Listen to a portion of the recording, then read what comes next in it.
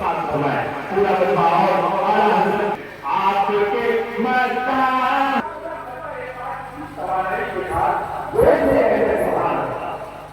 کتنی طاقت ہے سینے میں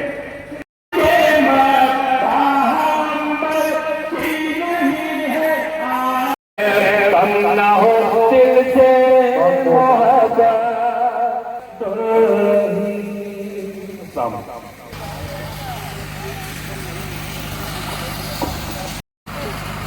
ادب کے ساتھ گلے باغ فاطمی یہ خوبصورت بھیجا آپ کی سماعتوں تک پہنچ چکا ہے.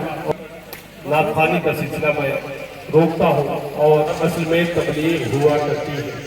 کتابت اصل میں تبلیغ ہوا کرتی ہے. نعرہ تکبیر، نعرہ رسالت.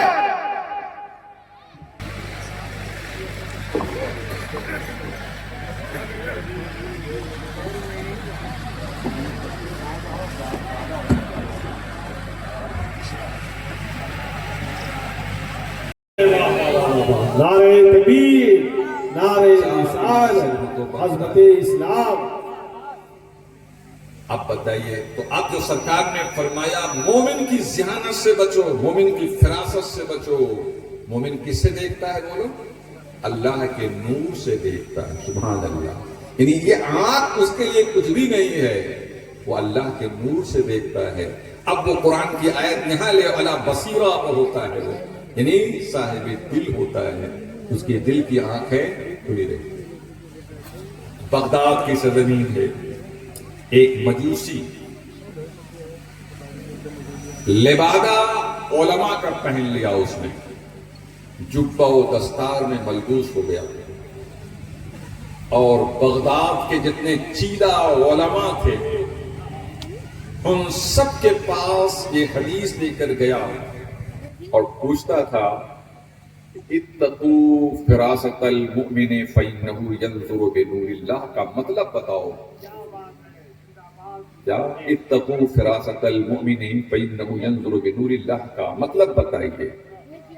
جتنے علماء کے پاس جاتا تھا یہ شخص سب اس کی لفظی تشریح کر دیتے تھے، معنی بتا دیتے، مطلب بتا دیتے تھے. بھئی مومن کی ذہانت سے بچا کرو، مومن اللہ کے. کہتا نہیں، یہ مطلب نہیں اس کا.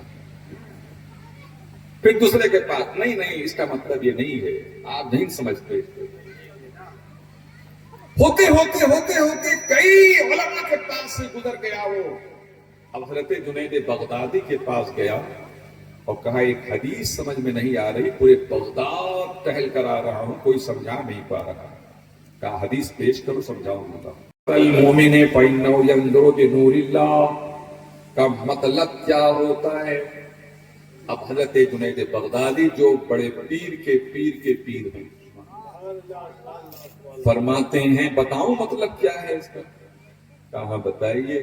کہا یہ عالم کا جو لباس آپ پہنے ہو نا، لباس اس کو اتار دو، جبہ اتار کے رکھ دو، دستار اتار دو، اور تم ہو مجوسی، چنیو پہنے ہو، زنار پہنے ہو، کاہے لوگوں کو دھوکہ دے رہے ہو. یہی اس کا مطلب ہے. زندہ باد نعرہ تکبیر، یہی اس حدیث کا مثال. اب وہ شخص تنگ رہ گیا.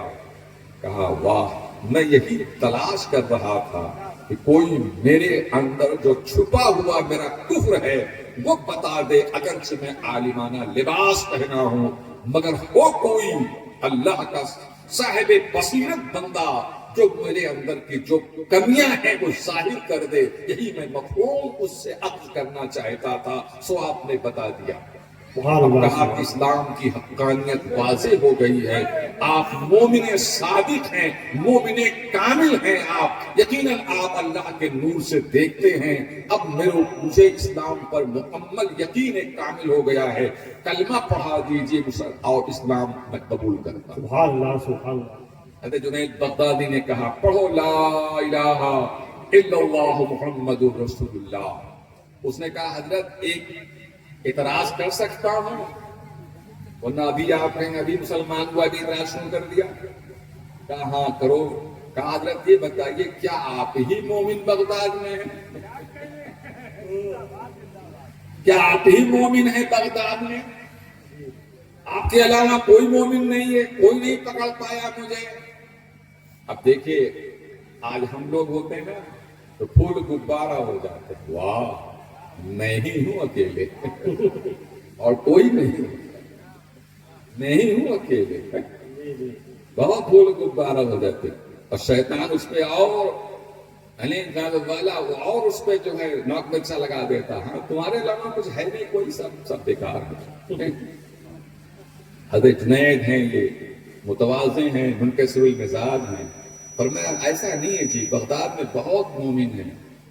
تو کہا حضرت جتنے پاس گیا اس کسی نے جواب نہیں دیا، کوئی نے کہا کہ سنو معاملہ یہ ہے، بہت سے علماء جن کے پاس تم گئے تھے انہوں نے تجھے پرکھ لیا تھا اور وہ کھولنے والے تھے، تیرے راز بستہ کو کھولنے والے تھے، مگر انہوں نے لوح محفوظ دیکھا تو تیرے لوح محفوظ سے تیرے تعلق سے جو لکھا تھا وہ یہ لکھا تھا کہ یہ پورے بغداد کے علماء کے پاس سوال کرے گا مگر کہیں اس کا مسئلہ حل نہیں ہوگا، لاسٹ میں حضرت جنید بغدادی اس کا مسئلہ حل کریں گے اور ان کے ہاتھ پر ایمان رہے گا۔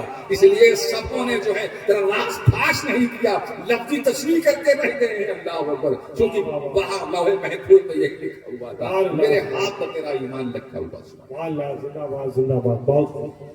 تو حضرات معلوم یہ ہوا مومن نبی کا پیروکار سچا کامل اللہ اکبر کیا ہوتا ہے، بولیے صاحب بصیرت ہوتا ہے، صاحب فراست ہوتا ہے۔